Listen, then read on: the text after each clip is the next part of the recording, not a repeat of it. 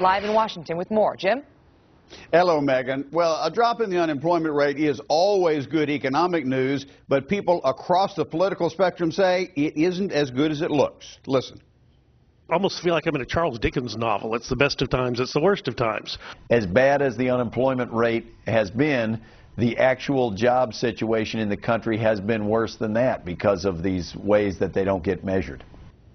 Now, what doesn't get measured is those who have lost hope of finding a job and quit looking for one, what are known as discouraged workers. Official figures do not count them as unemployed. Some 4 million people are in that group. Another 8 million are only working part-time because that is all they could find. If those people were counted as looking for full-time work, the latest rate of 8.3% would be much higher at 15.1%.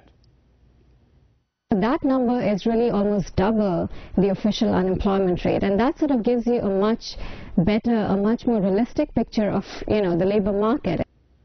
Now, even though the president must be heartened by today's numbers, they also hold some political risks. This is where it gets interesting for politics, Megan, because analysts of both parties say he may face rising unemployment rates in the midst of an election year.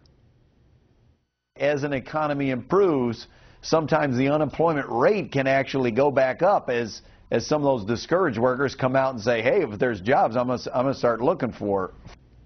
Now, in fact, the Congressional Budget Office projects that the unemployment rate at the end of this year will be 8.9%, going up to 9.2% in 2013. So President Obama has to worry that the unemployment rate may be dropping as the election year begins, but might well be rising in the closing weeks of the presidential election.